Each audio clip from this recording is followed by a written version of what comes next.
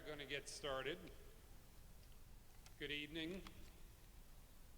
Thanks to everyone for coming. I'm Paul Owens, the Orlando Sentinel's opinions editor. Welcome to another in our Florida Forward series of conversations about the future. We're calling tonight's forum Cyber Insecurity, Caught in the Net. I'm pleased to be convening this conversation at the site of our host sponsor, Canvas. Canvas is a nonprofit co-working space for companies in the areas of technology and supportive businesses. It's home to the Orlando Tech Association and dozens of startup companies. Before we get into the program, I'm going to turn over the mic briefly to Melissa Wasserman, who is the Director of Operations for Canvas. Melissa.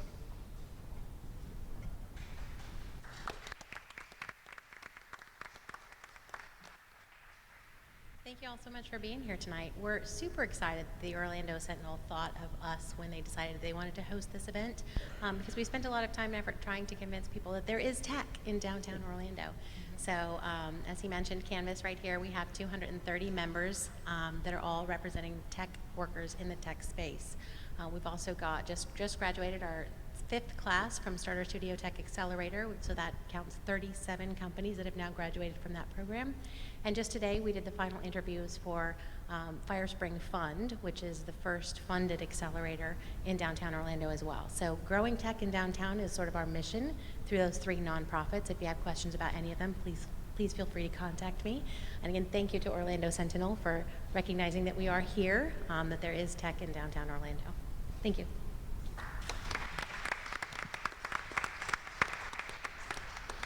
We are live streaming tonight's forum at our website, orlandosentinel.com, and we have a sponsor for our live stream, Webster University of Orlando, which has a new campus on West Church Street. Webster University Orlando is now enrolling for the Master of Science in Cybersecurity and a graduate certificate in cyber threat detection. Both are one-night-a-week programs. We thank Webster University Orlando for its support for tonight's event. Before we dive into tonight's discussion of cybersecurity, an obligatory request: please silence that high-technology device you're all carrying, your cell phone. Notice I didn't ask anyone to turn off your cell phone. I wouldn't expect anyone in this crowd to go offline for a full 90 minutes. In fact, if you want to tweet during tonight's event, using the hashtag #FloridaForward, we'd be thrilled. Tweeting is only one aspect of our digital lives, which seems to expand more every day. We go digital not just to communicate with our family, our friends, and our followers.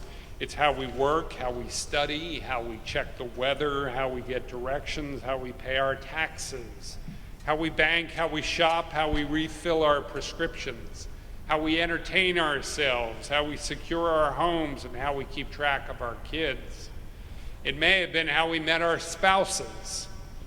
And because we do more and more with our connected devices, we are more and more vulnerable to cyber criminals who would infiltrate them or their networks to steal our personal information, our personal property, and of course, our money. Those connected devices include not just our computers and our phones, but also our cars. For some of us, our thermostats, our door locks, our lights, and other devices are connected too. Part of what's called the Internet of Things.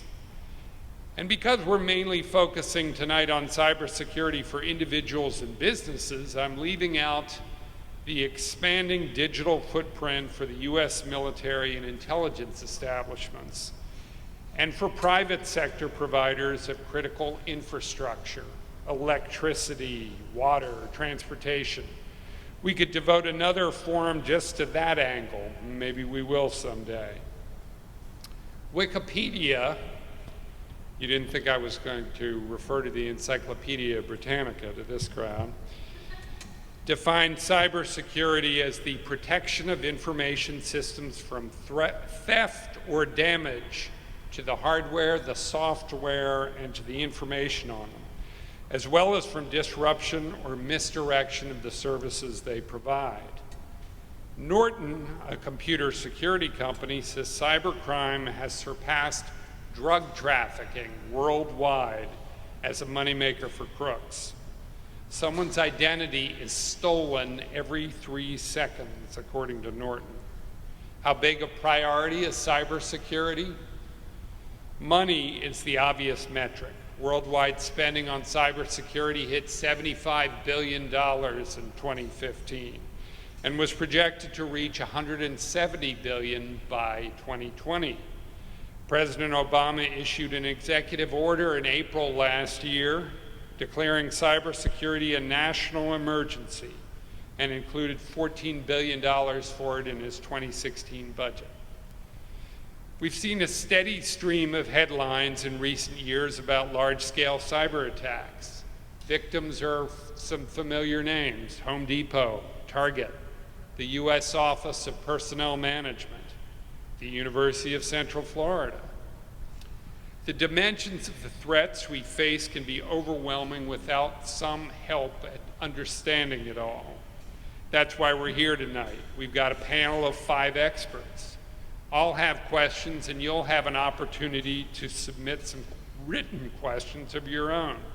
We're delighted to have Beth Cassab, whom all of you will recognize as one of the Sentinel's columnists, to screen those questions and select some to ask the panel. Beth has written some great columns on tonight's topics. You may have noticed pens and pads on your seats when you came in. Go ahead and write down questions and then try to get the attention of one of our Sentinel employees who will pass the questions back to Beth. I'm looking forward to a good discussion on cybersecurity over the next 90 minutes, and we'll continue to cover the issue in the weeks and months ahead in the Orlando Sentinel, in print and through our digital platforms for desktop and mobile devices. That coverage will be overseen by the Sentinel's publisher and editor, Abado Kahaifa, who is here with us tonight. Now it's time for me to introduce tonight's panelists. Each of our panelists will have a couple of minutes to make a few remarks after I introduce him or her, and then we'll get right into the conversation. If panel members can be brief in their opening statements and answers to questions, we'll cover more ground. We'll wrap up by 8 o'clock at the very latest. Our first panelist to my left is Chris Gilpin, the president of SignalVault Incorporated in Orange City. Welcome, Chris. Did you want to say anything to start out? No. Okay. I'm happy to be here. Our next panelist is Bruno Sousa, the Chief Technology Officer for Frontline Technology Solutions in Winter Park. Welcome, Bruno. Thank you. Yep. Our next panelist is Regine Bonneau, the Chief Executive Officer for RB Advisory LLC here in Orlando. Welcome, Regine. Hello, how you doing? Our next panelist is Blake Dowling, Chief Business Development Officer for Aegis Business Technologies in Tallahassee. Welcome, Blake. Thank you very much. This feels like a ESPN sports desk up here. So I have to say something. My name's Blake. I run an IT company in Tallahassee. It's great to be in Orlando. We're in the small business space, so talking to all these individuals before we got started, I think you'll get a cool view of the world of cybersecurity and what you can do to protect yourself. I also write a column on technology, and cybercrime is always a hot topic, and anything that we or you can do to help your neighbor, your coworker avoid a potential breach, change your password. Thank you. And our last panelist is Andres Tirado, the Chief Information Security Officer for the Florida Department of Financial Services in Tallahassee. Welcome. Oh, thank you very much for having me. I'm going to be rotating today's questions or tonight's questions among our panel members. As always, we encourage other panelists who have thoughts on the question to speak up afterward, especially if they have a different perspective. That's why we're here tonight, to hear multiple views. And we are going to take breaks periodically for Beth to pose questions from the audience. Beth will probably have more questions than she can get to. She'll do the best she can to ask a representative sample, but my advice to those who want their questions asked is to be as succinct as possible. So let's get started. Blake, I'm going to start with you. How often is a typical large business or government agency computer network hacked?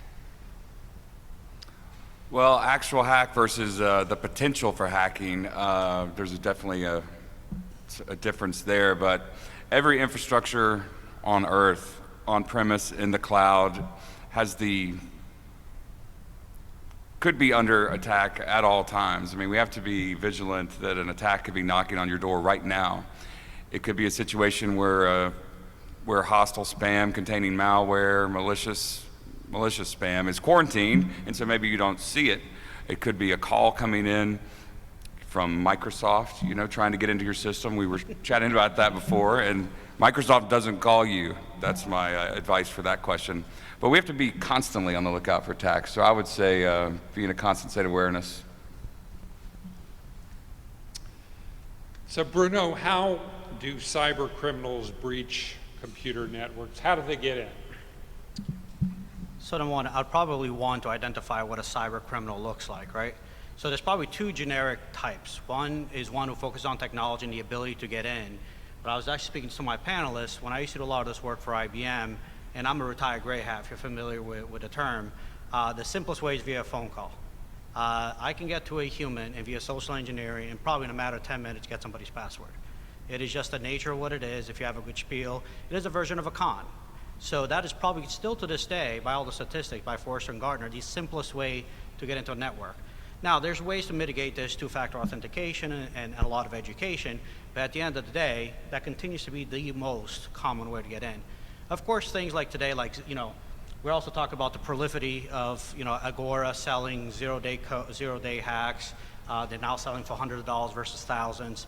Within 15 minutes, you can literally be launching a very sophisticated attack without really even trying. So these days, even amateur hackers are becoming professional hackers overnight. And that's probably part of the discussion we have to talk about here. What do we do about a society that is intent on not being secure, even though we want to be secure? Because we are sharing more and more, we're protecting less and less, and people want to get in more and more. So it's kind of an interesting dynamic. So, Regine, you have clients, a lot of business clients around here, and I suppose in other cities. How well prepared is a typical client that you deal with when they come to you for cyber attacks? A typical client that will come to me are not well prepared because they have, especially with even coming from small business to enterprise, they have the mindset that they're not prone to cyber attacks because they're small. No one wants, what do they want from me? So really, the best way when they come to me, when they're thinking of that type of mindset, I have to let them know that everyone is prone to cyber attacks because you have information that they need, so they will come to get it. If it's a small doctor's office, to just another IT office that's just handling other type of information for clients, so they're not really prepared. But then that's what's most of the thing that I've seen. But to really, as a small business or business that is prepared, there are certain things that you would need to have in place. You have to have a regular assessment, risk assessment done for your business. And also part of the risk assessment, and especially now since compliance is requiring for you to have security controls, you also have to have incident response. So when I come in, I have to educate them on that factor when it comes to having an incident response, a business continuity plan in place, because if there is a breach that occurs, how do you continue businesses, and especially when we come in with all the breaches and ransomware, and how do you continue with that? So we have different things in place that they have to get into and put them in the mindset to think as cybersecurity is an investment to your company. It is a cost, but it's an investment because the calamities or things that happen afterwards is detrimental to your company. And I had a follow-up question for you, Regine, and because you mentioned the cost, is it, I mean, is it prohibitively expensive or complex for a small business to adequately protect itself from cyber criminals? When it comes to cost, there's different factors associated with it. So is it prohibitive? Yes, it is prohibitive if they take a proactive approach towards cybersecurity, when they have a risk management in place. They have plans in place to make sure that when a breach occurs, they're able to sustain the breach or have an incident response or a team in place to correct it. The only time when it's not prohibitive for them to have it is when they're in a reactive position, which is after the occurrence of a breach. Now you have to deal with brand damage, you have lawyers, litigations, and all that stuff. Is it expensive? Can you put a price on anything? If it is your security for your company and for the reason that you started the company, you cannot look at it as a price. As I stated before, it is an investment. So there are different types of programs or different type of system in place or plans that you can do if you budget properly, that you can afford to have cybersecurity. Andre, what is the, you work with a state agency, the Department of Financial Services, so you're dealing with the public and people who are victims of cybercrime. What's the typical profile of a victim of cybercrime in Florida? Well, we have a division inside of our agency that's consumer services, and on their website they actually have a lot of tips to handle fraud, credit card fraud or identity fraud, or someone tries to call you, so that's a good bit of information to go to. But what we see a lot of the same things that not just Floridians deal with, but pretty much the rest of the country, rest of the world. So a lot of people can call or complain or have questions about what happens if my social security number, I think, has been compromised, like someone opened up a checking account that's not me, or opened up a bank account that's not me. So a lot of times, our consumer services board will get that request or get that information. They have responses to either call law enforcement or whoever to call. But I mean, it's not just a Florida problem, right? It is, everybody's dealing with this ransomware and all this malware. You've probably seen a lot of this stuff that's been publicized. But so we see it because we have a consumer division that hears these things, but I'm sure every state is getting the exact same problem, the exact same calls, and we're trying our best to give as much information we can. So on our website, we actually have a little cheat sheet of things you can do and things to be aware of. And so it's myfloridacfo.com, and it is going to be under the Consumer Services Division. You can find it. It gives you all the information, who to call, what to do, if you ever have any of those questions. And if I can echo what Andrew just said, I would just say very simply, anyone can be a victim. Let's be clear, cyberterrorism as a term is only now really become popular because the media has been there, but stateside terrorism, cyberterrorism has been there for a long, long time. Entire countries are exposed, individuals are exposed, educated, non-educated, it doesn't matter. At the end of the day, for a hacker, and somebody, again, who kind of played a lot of time in that world, it's a risk-reward type of scenario. Whether it be a monetary reward or whether it be a pride reward, there's really kind of two types in my world. You kind of make a decision whether your exposure to getting caught is higher than your reward getting out. And that is literally the only decision. And if your target gives you enough reward, then it doesn't matter. If you can get in and out quickly, it doesn't matter. Whether it be a country or be an individual, it's irrelevant. One closing thought on that. I've got to know the Florida Department of Law Enforcement cybercrime task force leader, and he came and spoke to a group of our customers at our office. And one thing he said that a lot of people don't think about with cybercrime, he's like, report it. You know, take a screenshot of a fraudulent looking email. If Microsoft calls you and you happen to have caller ID, granted, the chances of tracking these people down are slim. You know, it could be the guy next door, the girl next door, it could be in China. I mean, you never know. I mean, hackers wear lots of hats. But report it, you know, not just to the Florida, you know, Department of Law Enforcement, but like you said, whatever state you're in. Now, Chris, you are a familiar face to anybody who watches Shark Tank. And you've been on Shark Tank to talk about a product that your company sells to protect credit cards and debit cards from being hacked. One of my questions was, I thought with the chip upgrades in cards, they're supposed to be more, better protected from hacking than they used to be. Yes. So everyone remembers the Target data breach, and that took place, or they were able to steal all of those credit cards numbers, those millions of numbers, credit cards and debit cards, because we were still swiping our cards, which we're still doing.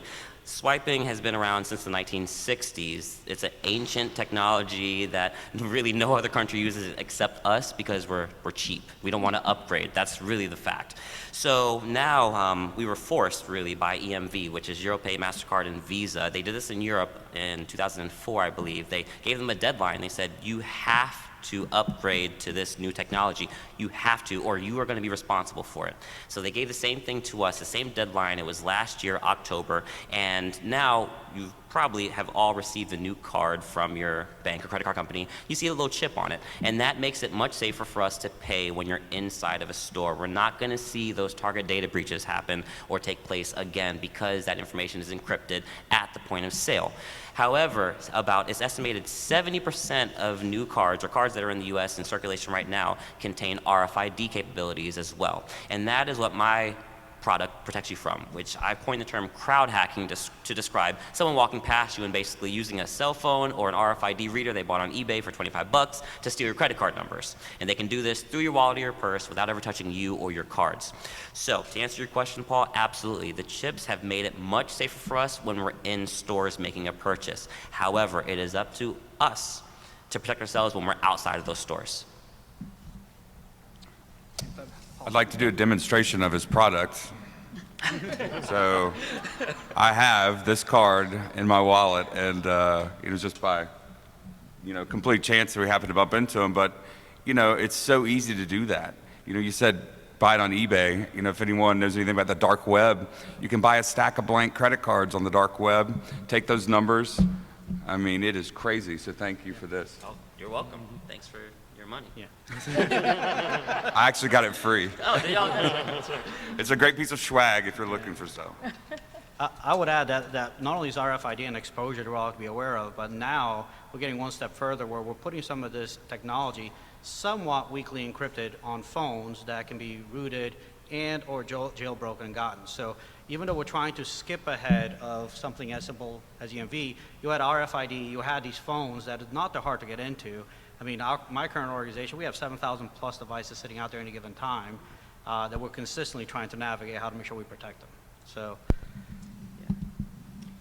Now that we've been through the panel once, I wanted to go out to Beth and see if she had any questions from the audience to ask.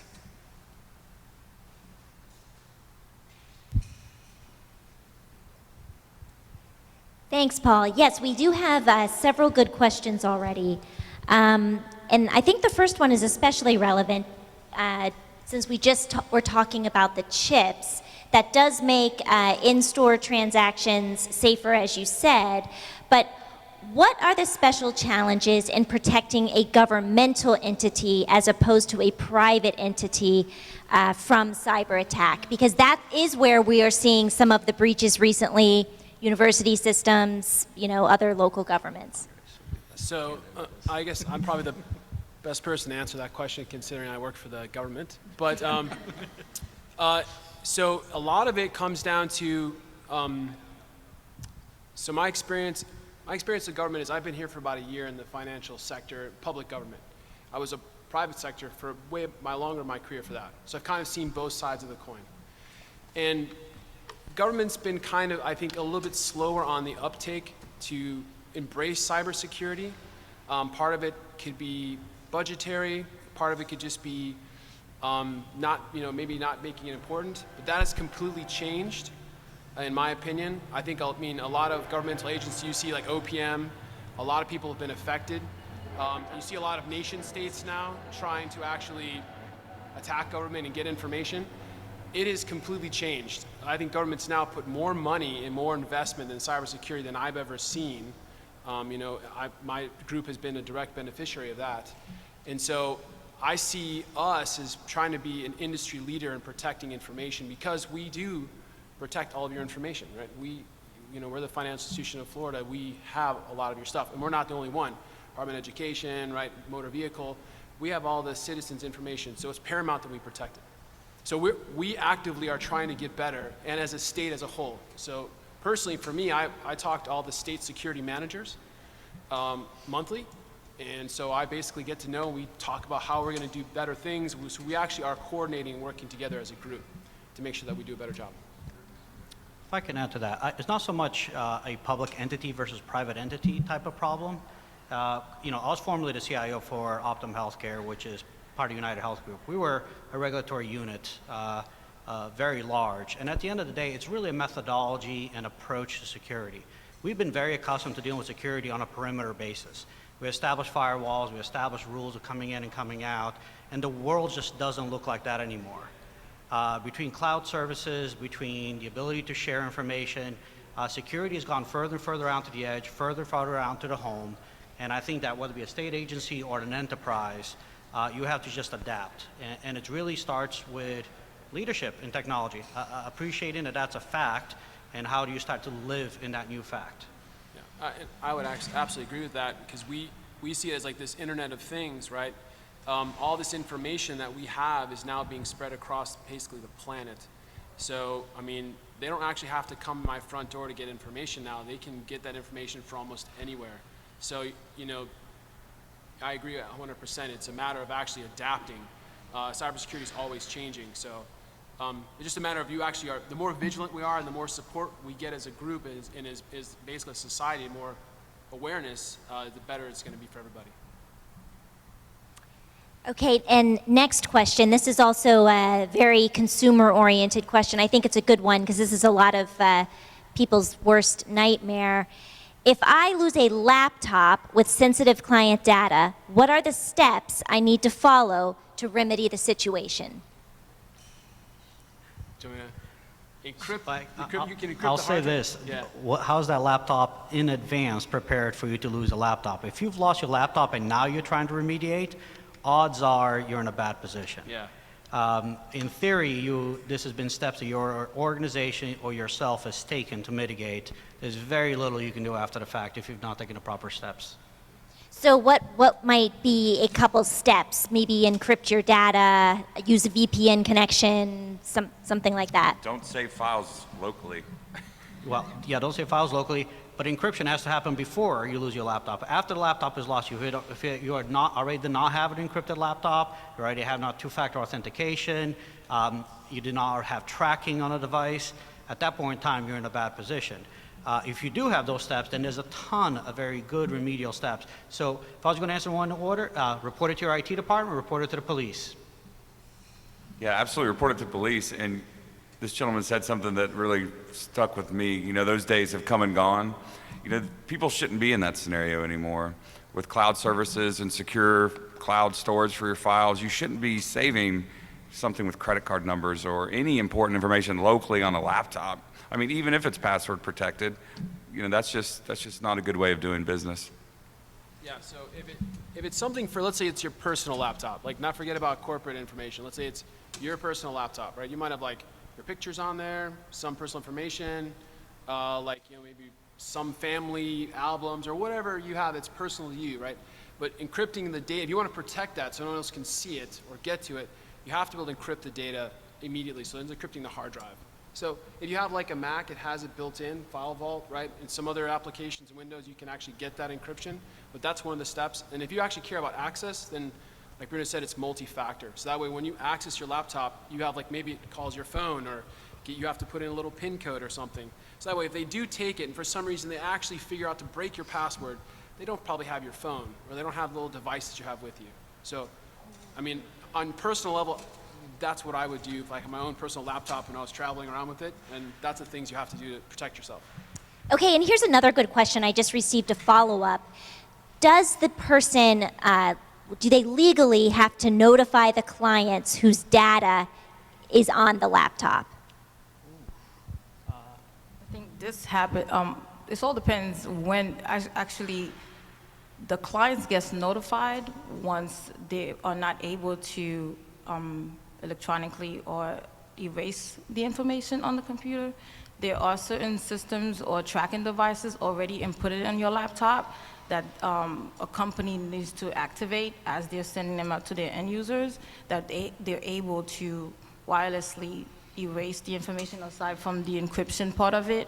Not to promote Apple, but it's just one of those things that all of your devices are connected. There's a way that if you find your phone, you can delete the information or erase everything on your phone.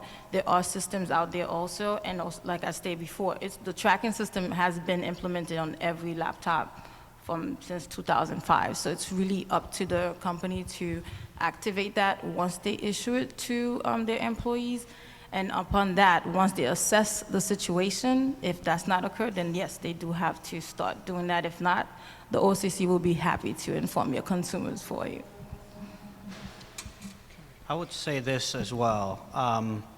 One of the things that we as a society legally have not done a very good job is influence our policymakers to put guardrails surrounding cybersecurity.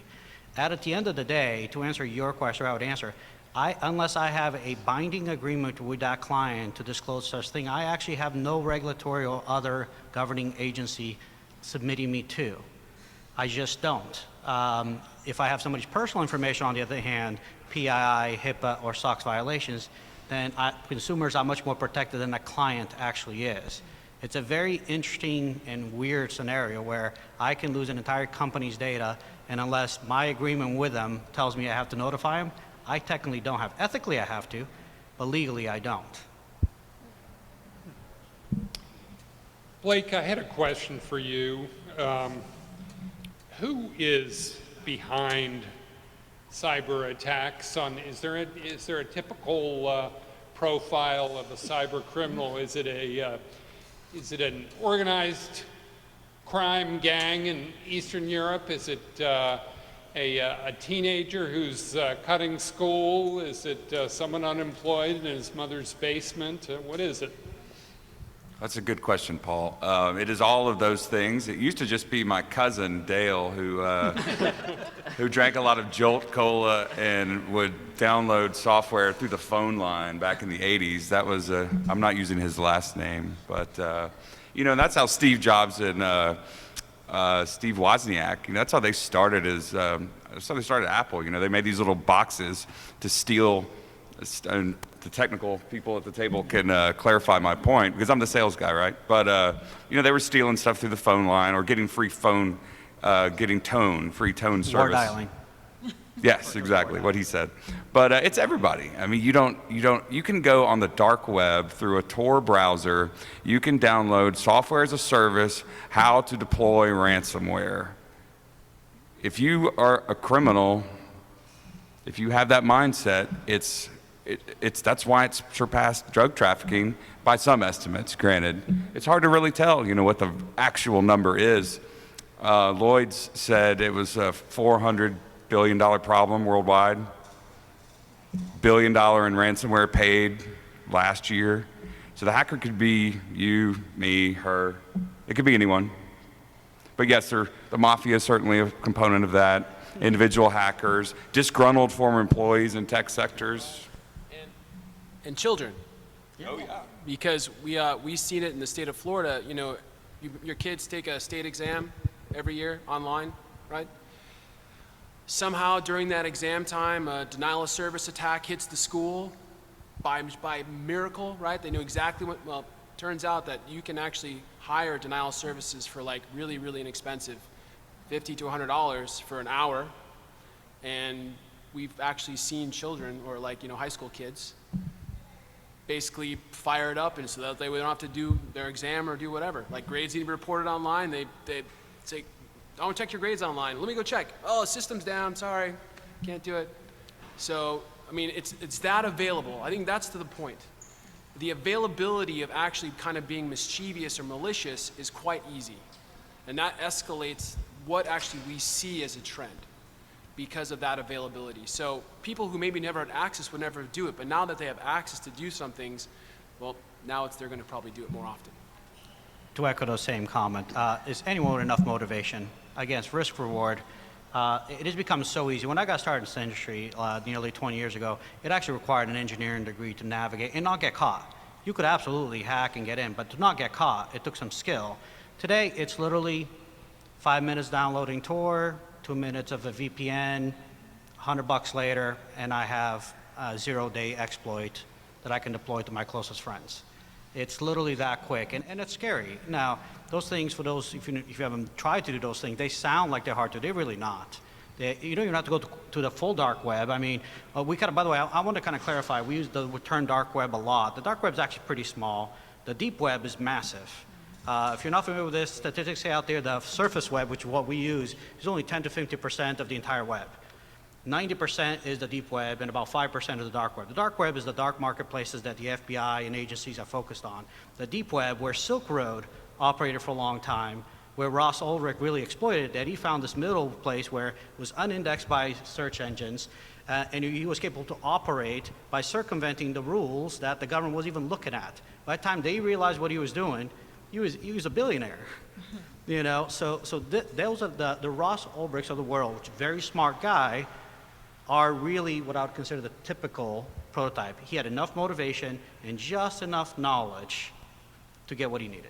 And think about that example. I've written some pieces on Silk Road, and that gentleman doesn't strike me as someone that would go out on the corner and sell drugs, but he would certainly sell drugs online, not directly, but through the network that he created. So as a society, you've said that a couple times, Bruno, I think it's a great point. People that wouldn't walk into Best Buy and steal a CD 10 years ago are certainly going to download one online. So whether it's security or even morals, I mean, we as a society need to catch up. Stealing's still wrong. And just if I can just say, the crime that my card protects you from, crowd hacking, in the early stages of it, it required an RFID scanner that was, it could maybe fit in the backpack, possibly if you were lucky.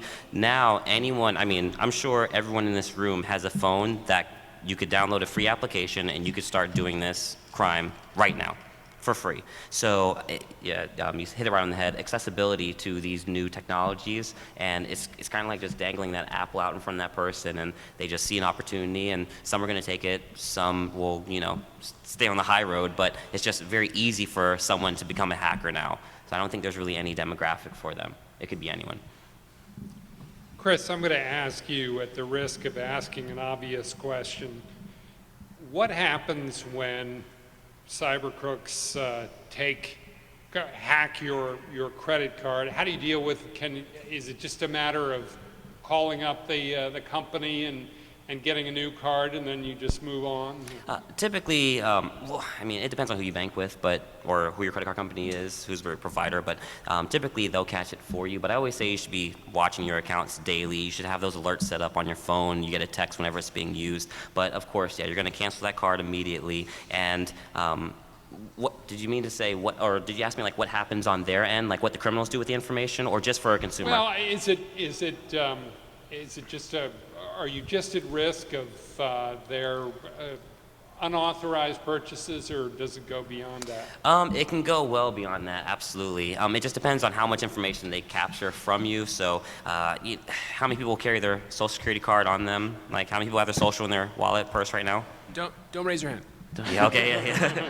Okay, all right. So maybe you guys dodge a bullet there. I've been in many seminars where a lot of people raise their hands. you don't want to have too much of your information on you at any one given time, and there's no reason why you should be carrying, 15 credit cards on you. I carry 2 at most at any given time. So if you are going to be hacked, because it is really a question of, it's not a question of if anymore, it's a question of when. So if you are going to be a victim, you want to decrease the damage, and there's a couple easy ways to do that. When you're paying at the gas, how many of you guys pay at the pump? You do that. You can raise your hand. It's okay. It's okay. We all do it.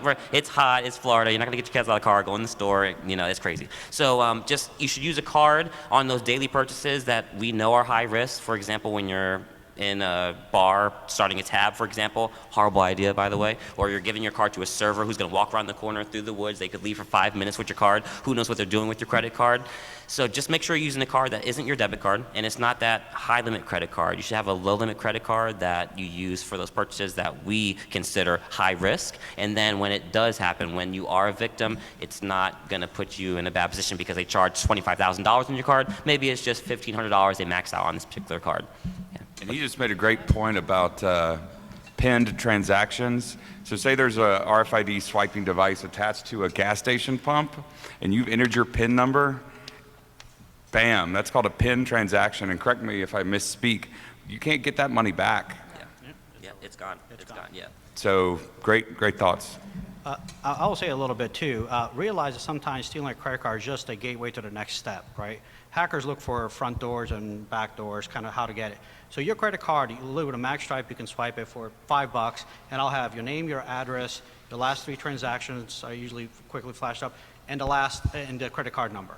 With that information, 5 minutes later, I can be on tour, broadcasting out, okay, then anyone know who this person is, and they'll give an entire profile on all of the cards you have, your social security number, now you're matched, now your identity goes. That's the biggest problem, and that is where you have services that protect against.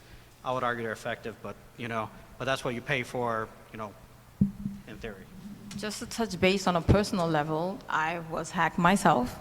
And it's coming to the point where the cybercrime and also has become so sophisticated that they're actually monitoring and paying attention to exactly where do you shop, what do you do, where do you purchase, your pattern, to the point where now you have to be the one to defend yourself to your bank to show proof that it wasn't you.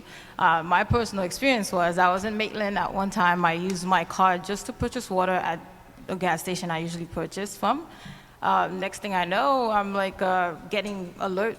I put alerts on all my accounts, right? I'm getting alerts that I just shop at Publix. I just purchase fuel from at BP at that time. Now there's Special K, but there was a transition period when there was transition to Special K. So what I did was I immediately checked my pocket because I usually just put my card in my pocket. I had my card on me. So I called the bank. I'm like, well, I didn't make those purchases, so what is going on? The first thing that the lady told me, well, ma'am, that is your pattern. What do you mean? You just purchased exactly where you purchased the same amounts, more or less.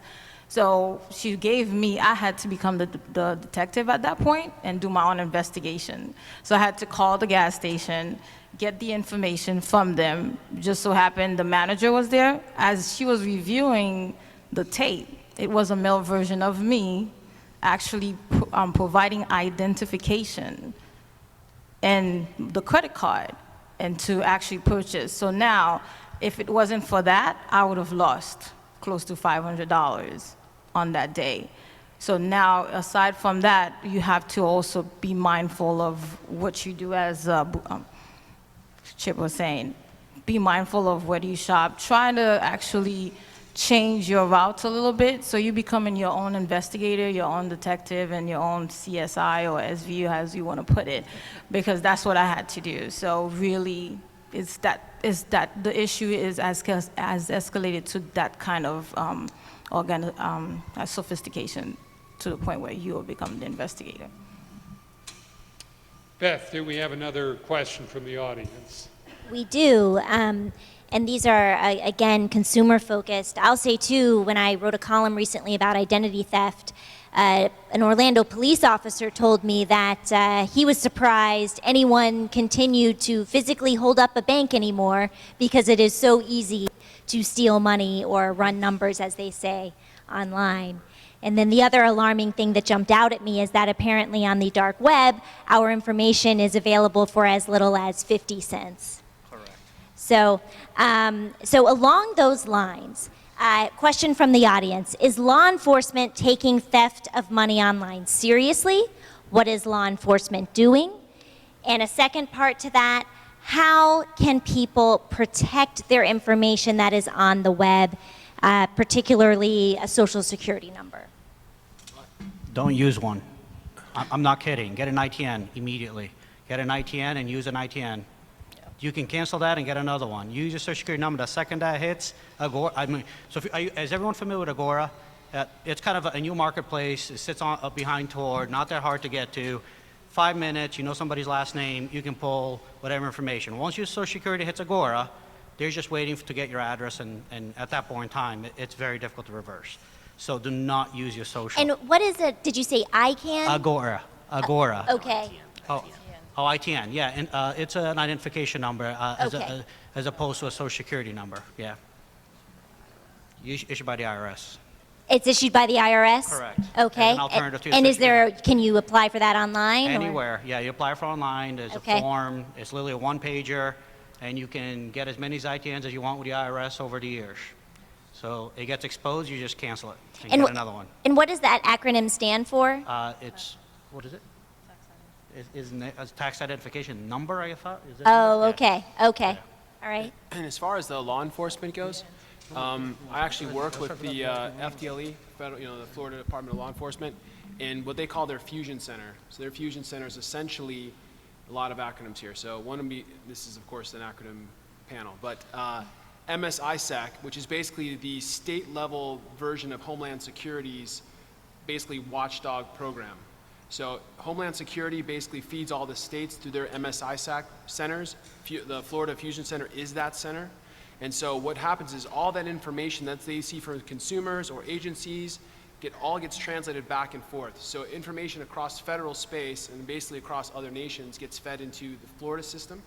And then vice versa. What we see as consumers or do as agents, as far as what I see, we feed that information in. So they are actively using basically the federal information system to help fight cybercrime. So that collaboration is just recent. So and actually that police departments now have access to that information as well. So this is something that they realize that it's a team sport in order to get better at, and so they're actually working quite well together. So consumers should report these incidents to their local because- jurisdiction? Yeah, because things that they see across the consumer silos, what they'll do is that actually starts to trend, and so then those trends get reported, and that way those reports get filtered back down, and then that can actually raise awareness. So bulletins might be put out like, hey, we see this new version of ransomware. And it actually happens through vendors too. Like you guys have maybe like Trend Micro or McAfee endpoint security at your house or Norton, right? Well, all of those signatures that protect you, they get updated because all this information from all these agencies, all these entities are giving them these new products. Like we see a new version of ransomware, we upload it, McAfee's now aware of it, they basically to build a defense and they upload it back to their consumer base. So by reporting all this information, you're actually making everyone else stronger. Unfortunately, the downside of that is it's becoming so randomly, it's basically new variants are coming out so fast, it's hard to do, but it doesn't mean we shouldn't try. And if I can just add, on an individual level, when I first started helping identity theft victims, they would be so discouraged because their bank would request that if there was money taken from their debit card, that they needed a police report to actually get the money back, to actually get the wheels, going on their actual fraud case. And I had so many victims tell me that they would have to go to where the crime actually took place. And sometimes, they lived in Florida and their money was stolen from them in California. So they'd have to go there to get a police report or try to contact them to get that police report. And that wasn't the case. They were supposed to be able to go to your local police department, but when they went there, they said, no, this took place in California or Georgia, wherever it was, you have to go there. So they were really discouraged. And all these things, these collaborations, you're absolutely right. It's very recent, and now, I would say in the past 3 years, things have gotten much better, and it doesn't matter where you've been a victim. You can go and get a police report from your local station, whatever's local to you, doesn't matter where it took place, Nigeria, California. But don't expect any follow-ups. You're not going to get a detective calling you and saying they're hot on the heels of these guys and, they're tracking them down. They're overwhelmed with these cases, and they have bigger fish to fry, really. We live in Orlando. It's one of the most dangerous cities in Florida, so don't expect that follow-up, but you're going to be able to get your police report, and you'll be able to get that to your bank or financial institution to get your money back. But other than that, I wouldn't expect. It's a huge thing, it's huge when you have money stolen from your account. You have $1,000 taken from you, that's major. You want, the president to get on this, but to them, it's really nothing, unfortunately. Are we allowed to ask questions about panelists? Sure. So actually, I'd like to submit a question to my panelists. So to answer you a little, or try to answer your question, I've always had the sense that one of the biggest problems law enforcement has is that we, even on the enterprise side, who have a lot more flexibility in hiring talent, having a really tough time getting the right talent in our own organizations. I've always felt, I'd like my panelists to tell me where they chime in, that law enforcement doesn't even have the right resources. I think they are interested in stopping it, but the amount of talent required and the amount of people required to stop this wave, I think is beyond what they can do, candidly. Yeah, so that brings up a good question. I was just in a conference in Tallahassee talking about technologies, and I was at a cyber talk, and they talked about, remember back when I was talking to the panelists, remember it was like maybe 10, 15 years ago, they were talking there's a shortage of nurses, right? Like everyone go to nursing school because there's a shortage of nurses and there's not enough nurses, right? Well, that's the problem we have in cybersecurity. We really do not have enough qualified people. And I think they projected like somewhere in the next 3 or 4 years, there's like over 1 million jobs that we cannot fill in the cybersecurity space. So when you see like, Weber University actually developing programs for cybersecurity undergrad and graduate programs, you're seeing a lot of universities do the same thing. Is because they realize it's an actual talent gap because we just do not have enough people to do this. So as a state or any industry, it is, it's an in-demand field, but really it's kind of a shame that we don't actually have these spaces filled because it can prove really valuable to everybody. But yeah, it is a problem. We just don't have enough people to fill these positions. So it's just a fact of life because it's now becoming so, 10 years ago, how many times you hear a breach story? 2020 or in 60 Minutes, right? 2 years ago, how many breach stories have you heard? Just think about how fast and how prolific this is becoming. So this is only going to increase, and this is only going to be coming. Not only that, if you're a law enforcement, how do you prosecute somebody that's in the Eastern Bloc or in Brazil or in Stockholm? Yeah. Right? That's where they're launching their attacks from, if you can catch them there. Right. So it's not like your neighbor came over and stole your tools. They're from everywhere. So really, they can't invest too much time in trying to help you out because they come from everywhere. Yeah, I didn't mean to bash law enforcement in any way. I just think that they are really overwhelmed with more serious cases. And also, I think, along with not having enough staff to handle this, I think training is a major problem as well because we initially, I worked with the National Crime Stop program, and we initially were trained by the Attorney General's office for identity theft and computer crime. And the training was okay. There was definitely some things that we learned, but it was stuff that we had talked about years prior. So I think by the time that the approved training material gets handed to whoever's going to train law enforcement and it gets approved and then they actually go through a training process to train someone who's going to be handling this in a particular city or in the state of Florida, unfortunately criminals, they move so quickly. We heard about breaches. Breaches were a huge thing and they still are, but now we're seeing other types of identity theft taking place. So I think by the time we get law enforcement trained on one particular aspect of identity theft or what the criminals are doing, they've already moved on to 2 or 3 things ahead, and I think we're just playing catch up, unfortunately, behind them because there's a lot of red tape, of course, and training and getting staff, and I just think it's a losing battle. It really is. We're losing the fight. Yeah. We're losing this fight. So I'm just going to say one more quick thing on that, and to be honest, it comes down to, so for my organization, a lot of other agencies I've seen, it comes down to we see like a reaction time. So if we see an indicator of compromise, a computer's misbehaving or someone's account is not doing what it's supposed to do, we try to stop their account from being, we disable their account or we take the computer offline and we clean it, we try to investigate. But reaction time, so technology, actually I believe technology is going to be the main driver of our reaction time increasing to help mitigate some of this damage.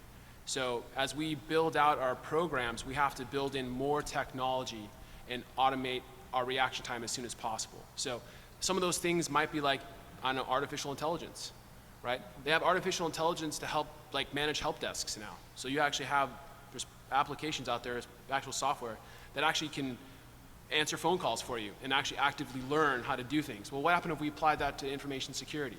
So that way, if we have a system that's monitoring all of what we're doing, it can actively do it for us. Something along those lines. But I mean, we've got to approach some type of technology to help us react fast enough.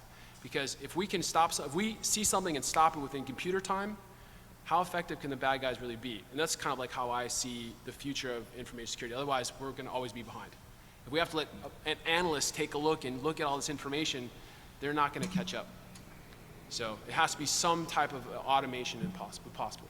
Yeah, one of the things I noticed in following cybersecurity stories recently is that IBM, and Bruno, you're a former IBM employee, IBM has Watson, the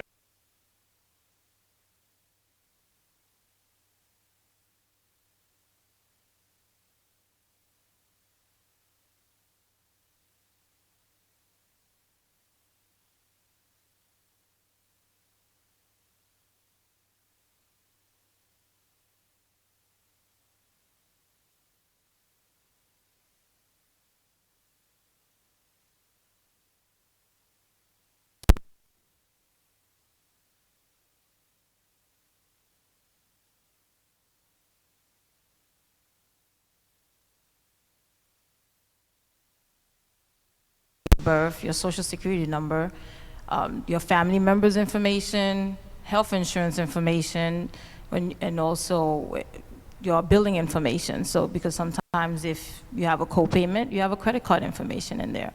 So they have all this information that they're looking for where they could go in different channels where your medical record actually provides that. And most importantly, how do you identify yourself? And everywhere that you go, your driver's license. So they have a copy now of your driver's license. So all that information is in there. So that's the reason why the prices of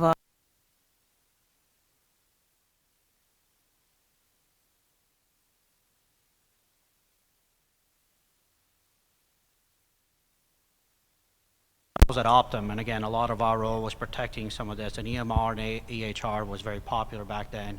And everyone started backing off because we started to realize that the amounts, like, you know, a lot of our roles in cybersecurity is to scour what the bad guys are doing in advance. It's like recon. And you start looking in the proverbial dark web, and you start to see trends like how there's people literally request medical records so they can begin doing false insurance claims on your behalf. So now all of a sudden there's an entire new wave of attacks that started to occur on the dark web, which the entire intent was literally to just submit to the United Health Group. We're talking thousands upon thousands, and all they hope is to get away with 1 or 2% of a few thousand of medical insurance, and it's worth a couple of $1 million. So they're playing percentages. They don't expect to get 1,000 successful claims, but all they need is 3 or 4 for a couple of surgeries, and it's worth their time. So that's, I mean, so medical facilities are prime target for hackers. Again, I'll remind, in my opinion, if the reward outpaces the risk, and particularly doctors' offices, there's very little risk. Hospitals, I would argue much more, but the reward is massive. One insurance claim could be a couple $100,000.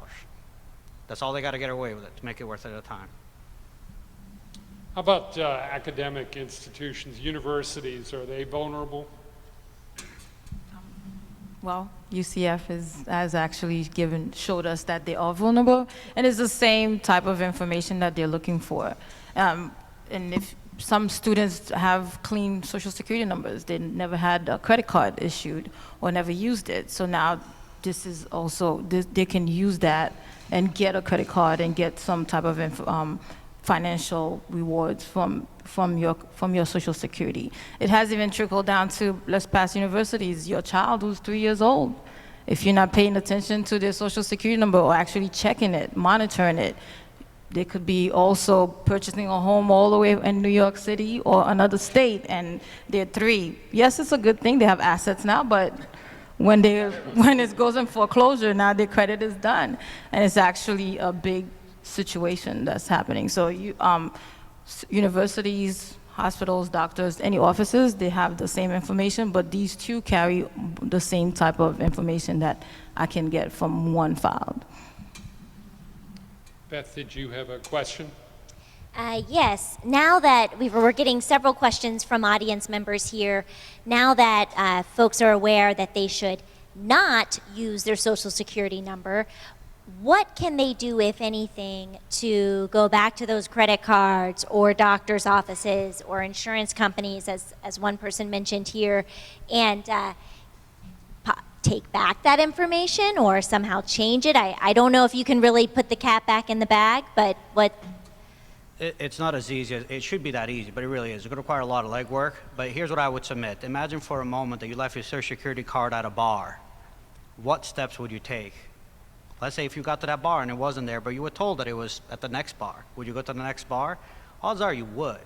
We're just accustomed to deal with our digital information as though it's less valuable, and it really isn't. So my opinion is, if you're going to try and protect yourself, guard it like it's your social security card that's now traveling through a bunch of strangers' hands. And we don't tend to do that. So my answer would be, you do have to call your credit cards and mandate they don't have it on your file. You do have to go to your doctor's office and ask them to not include it. A little problem with that is that there's some businesses who flat out don't know what other number to use, including an ITN. So you literally have to mandate it from them. And it could be a hard conversation, and it's definitely not very easy. And I would imagine setting up text alerts to at least let yourself know, or maybe telling your credit card company that you insist on having some sort of two-factor authentication. You know, hey, if somebody calls and says they're me, please tell them I want to use this PIN number, you know. Absolutely. And another step I'll also say, and I'm not sure if most of you are aware, but you can actually protect your credit file so it can't be pulled. That's another step I actually recommend. So anytime somebody goes to pull a credit file, you have to give authorization a couple of different ways, up to and including written, before it can be released. Why is that helpful? Because somebody does get a social security card, there's just enough information, they can guess, pull a credit history, and once they do, once again, it's like letting an intruder inside your home. You wouldn't let a physical person walk into your home. Why would you let somebody walk into your digital life? And a lot of people forget, you know, this might be a more savvy group, but when you travel international, you know, notifying your credit card company, making a photocopy of that credit card and not leaving it anywhere that it can be found. But you set yourself up with another level of protection. Last summer I was in Greece, and I got home, and about a week later I got an alert from American Express that I was buying a fur coat in Milan, and do I approve that? And I said, it's beautiful. It's the best coat I've ever seen. No, I said, no, thank you. But I went back to my travels in Greece, and I was like, well, how, if I did something to expose myself, I wonder what it was. And, you know, you gave an example earlier, I believe. Gave a card to a waiter. You know, I remember it in Mykonos, this waiter took an absurd amount of time to come back to the table. And I'm thinking, I thought back to that moment. I mean, there's no way to actually know that. But I reported the incident. I declined the purchase, shredded that card, had a new card the next day. So, you know, American Express did a really nice job of protecting me as a consumer. But if I wouldn't have notified them, you know, who knows how it would have gone. So another level of protection there. And I would say one person asked, you know, we were just talking about law enforcement, and I know here in Orlando, the Orlando Sentinel recently reported on a case where there was a medical information identity theft ring. The people were using personal data to purchase actually plastic surgery procedures around town. And there was actually an arrest made in that case. We know that can be somewhat rare, but one person did ask, you know, how often do they actually get prosecuted and put in jail for cyber crimes? Oh, I love this one. I can speak on this one. Go ahead. So I can actually speak on this one for too long, so I'm gonna try and be brief. So actually, the people traditionally get prosecuted are the mules at the very end of the chain. There's an entire crime chain associated with this. And I'm gonna just throw some internet names out there you may never heard. Weave, Sabu, Anarchist. There's an entire crew, Jerry Hammond, Andrew Albrecht, who really kind of started to finally instruct the rest of the legal community what it was like to go up the chain of the cyber community scenario. So Weave, that's what he likes to be known, Andrew, he's finally serving 10 years worth of a sentence after committing no less than $10 billion worth of crimes. And only then did he finally hit the FBI radar. Okay, but by then, the mules that he had put down to do credit card skimming scams, etc., hundreds of them had gone to jail. So the short answer is, whoever gets prosecuted tends to be not the hacker. It tends to be one of the many mules, very similar to the drug trade. The side dealer gets caught, the drug ping gets away with it. It is not different at all. This is the same con that's been going on for millennia, and unfortunately, I think we're all still trying to figure out how to get to the drug pins. And I do have a question here specific for Regina, and that is, what are the biggest concerns for your healthcare clients regarding cybersecurity? Is it mobile devices, EHR systems, data, hacked when transferred? I guess the question from the audience member is, are there specific vulnerabilities that you're looking at? And you saying for my healthcare For clients? healthcare clients. So more or less okay. Well, all of these are concerns to them, and I've brought that to their attention because no one is really paying attention to really monitoring the mobile devices that are issued to employees, even the doctors themselves. And now, with the new systems that put in place, how you can, within your iPad or tablet, as a doctor, you're able to see what's going on with the patient and help them out, or with your phone, actually do that. But there are certain, again, softwares that we could all attest to that you can put on there to help prevent any type of hacking or breaches from happening from that. But it's really the concerns, I'm the one who brings that up to them. So it's actually the reverse. And when they're aware of that, that's when they're like, oh, wow, I didn't think of that. But those are things that, yes, everyone is concerned about that, and those are the main things that we tackle first as part of their risk assessment. Now, Blake, you have written on some kind of emerging threats in your columns lately. I wonder if you wanted to talk about some of them. Sure. Obviously this panel has seen it all, and this is not, it was emerging 2 years ago. We haven't really touched on it yet, so I might as well throw it out there. I came up with my own name, which is not that creative, but I call the threat boss phishing. I see about one example a week, still to this day, 2 years later, since my sales engineer came into my office screaming that one of our clients had been hacked and he didn't know how it possibly could have happened. So he shoves this printout on my desk, and he and I and our CTO are looking at it, and it's this email that said, "Hi Linda, it's Jerry. Jerry's the president of the organization. Please transfer $25,000 into the Whitlock account because the Johnson project is going too slow. Immediately." And it signed the boss's name.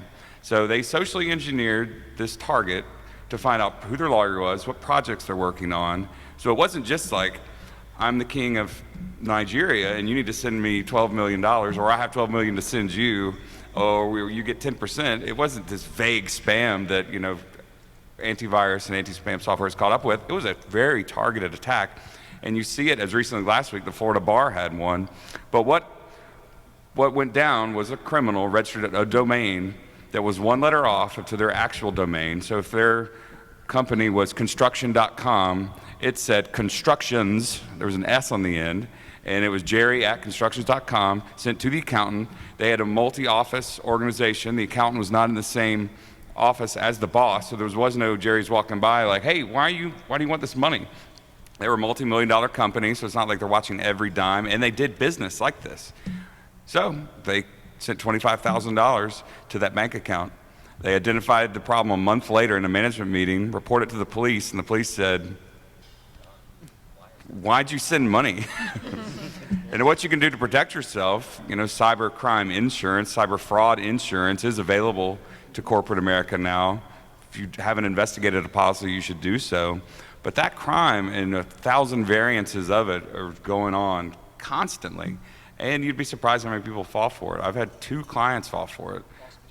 Boss phishing. Just another example.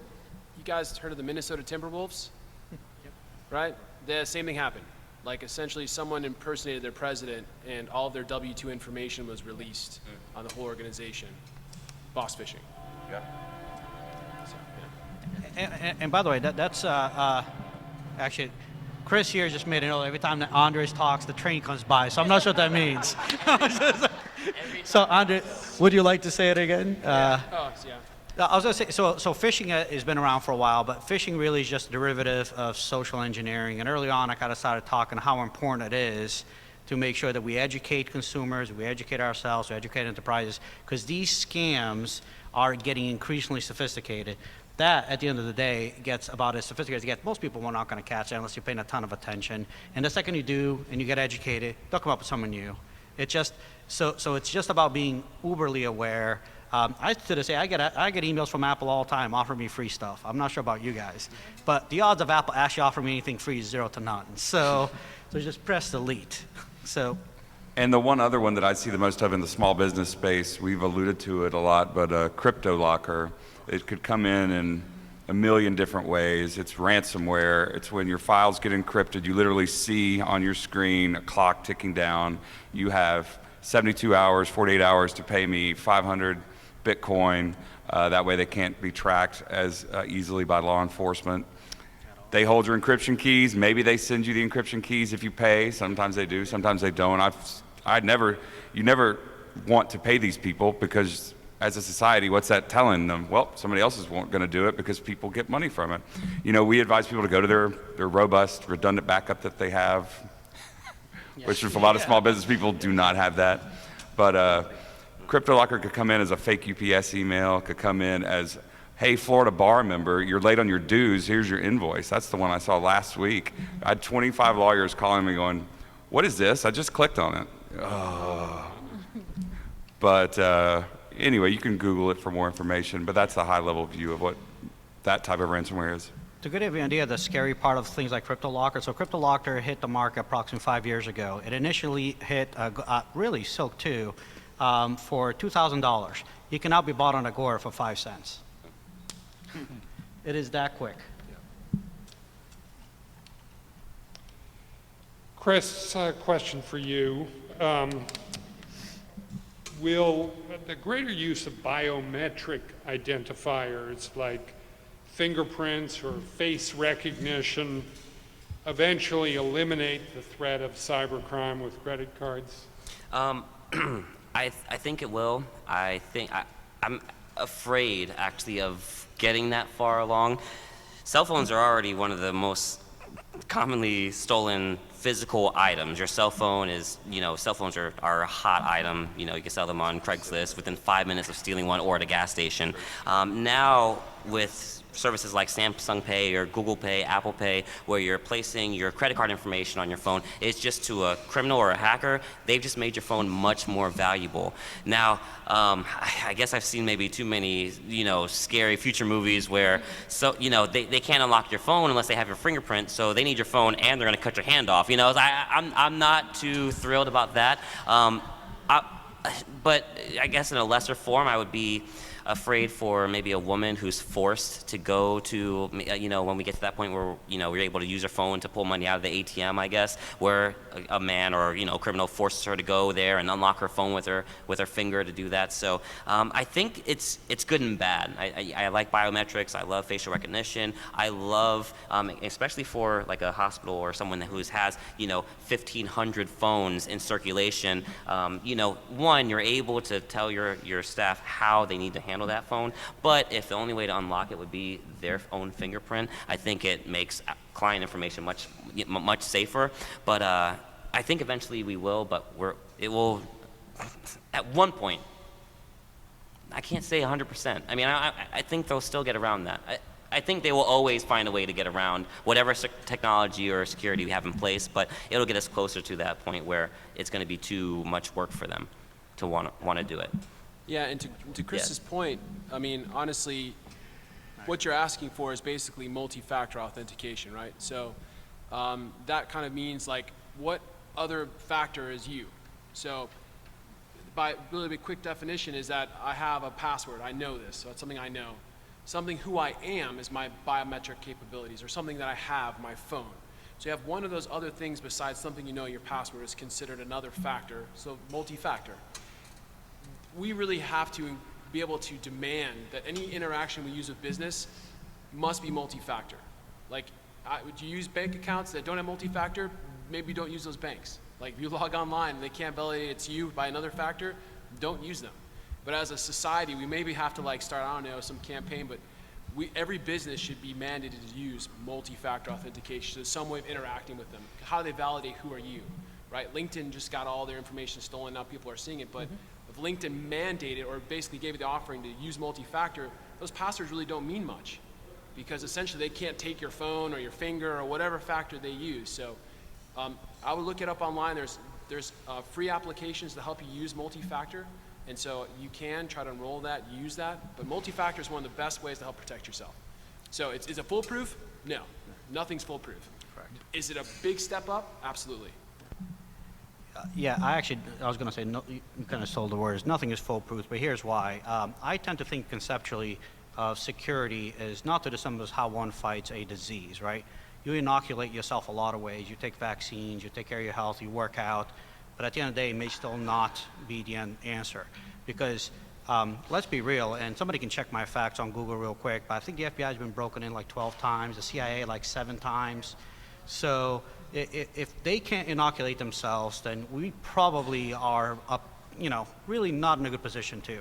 But the fact is, there's not enough incentive. So what you want to do is make it just hard enough that you're just not a worthy target. You just aren't. And I think two-factor authentication is a big one, because that is a pain to overcome. Biometric is a pain to overcome. Can somebody break a fingerprint? Sure, it's zeros and ones at the end of the day. Sooner or later, somebody's going to crack it. Encryption, can it be broken? Sure, after 10 years, but it can be broken. But sooner or later, somebody will figure that out too. That's why encryption has changed several times, right? So it's really about making yourself less attractive to somebody who may want your information. Yes, a couple more questions. And I would add, too, the mother's maiden name is so easy to find out now on social media. That's not necessarily the best way to have a security question. Or your elementary school or something like that. Can I just add while you're saying that? Yeah. For all consumers, those security questions, it's great to answer them, but yes, a lot of them can be found online, the answers. Through the social engineering. Do yourself a favor, throw your favorite number on the end of it. If you went to Atlantic High School, Atlantic 9 or something, just add a little bit something so you don't forget, you don't lock yourself out of your own account, but just make it a little bit tougher for them so they can't just go on Facebook and see that you're part of that Atlantic High School, graduated 1999 group. Just make it a little bit harder for them. Or you just post fake information, fake Yes. birthday. Fake, right. I get to celebrate my birthday twice, which is fun. I have a fake cat named Luchez Purifoy. That was a UF football player. Get creative. Have fun with the scam artists out there. So along those lines, a couple more audience questions if we have a couple more minutes. And they kind of go along the same lines there. What is the panel's view of password wallets? And I'm wondering if the person meant something along the lines maybe of LastPass or one of those services. And then also how secure or insecure is Apple/Android Pay? I think the real answer is nobody knows, because Apple will not tell you really how their patent intellectual property is protecting your passwords. Neither will Google. Here's what I'll say. At the end of the day, you're putting information and a device can walk away from you, just like your wallet. Assume it will walk away, and let's just hope they're doing a better job than your wallet is. But at the end of the day, I don't think anyone really knows how secure that stuff is. Yeah, I think the attempt is there, right? They're actually trying to instead of just using, before, like, they gave you the option to put a PIN. It's 4 characters. So mathematically breaking down 4 characters is pretty easy. Someone can guess it, right? So what they've done is, like, if you do too many guesses, it wipes your phone. So that overcomes that. Well, now they've added 2 more characters. So mathematically, if you add 2 more digits of combinations, it makes it harder, right? And then they put a fingerprint reader. So they realize, like, so it's only going to escalate, right? It's like the escalation of war, right? They find something to break it, they'll escalate it. So they're trying to make those attempts, but like nothing's foolproof. So at the end of the day. And then as far as to answer the last pass or like those vaults, those have actually been broken into as well, unfortunately. But it comes down to it is, you know, you just try to do as best you can, as maybe as most as you can. So it's kind of like, you need like to go to your health, right? If you want to be healthy, like, do you just only work out and not eat healthy, right? Do you like, I'm only gonna, maybe do 1 push-up instead of 10. You actually have to maybe just do more, and then makes it better. So it's the effort you put in, you're probably going to get more out of it. Like I said, nothing's foolproof. You just hope that what you've picked or what happened is safe. But ultimately, some of the basics like long passwords, don't reuse passwords, multi-factor. So a lot of those basic steps, that will help you no matter what you choose. Okay, well, I'm afraid we've run out of time before we run out of questions. We are approaching our 8 o'clock deadline when we promised that the program would conclude. So I'd like to say a special thank you to each of our panel members, and especially the ones who came from out of town to be with us tonight. And that would be Blake and Andre, who both came from Tallahassee. Thanks for making the trip, and thanks again to tonight's sponsors, Canvas and Webster University Orlando. Finally, we'd like to thank the audience for joining us. We appreciate your attention and some really good questions. And thanks to those who have been watching online. We hope tonight's event was interesting as well as informative.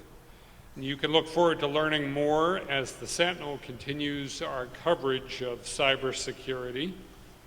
If you have any suggestions for future Florida Forward topics, feel free to drop me an email at powens@orlandosentinel.com. Good night, everyone.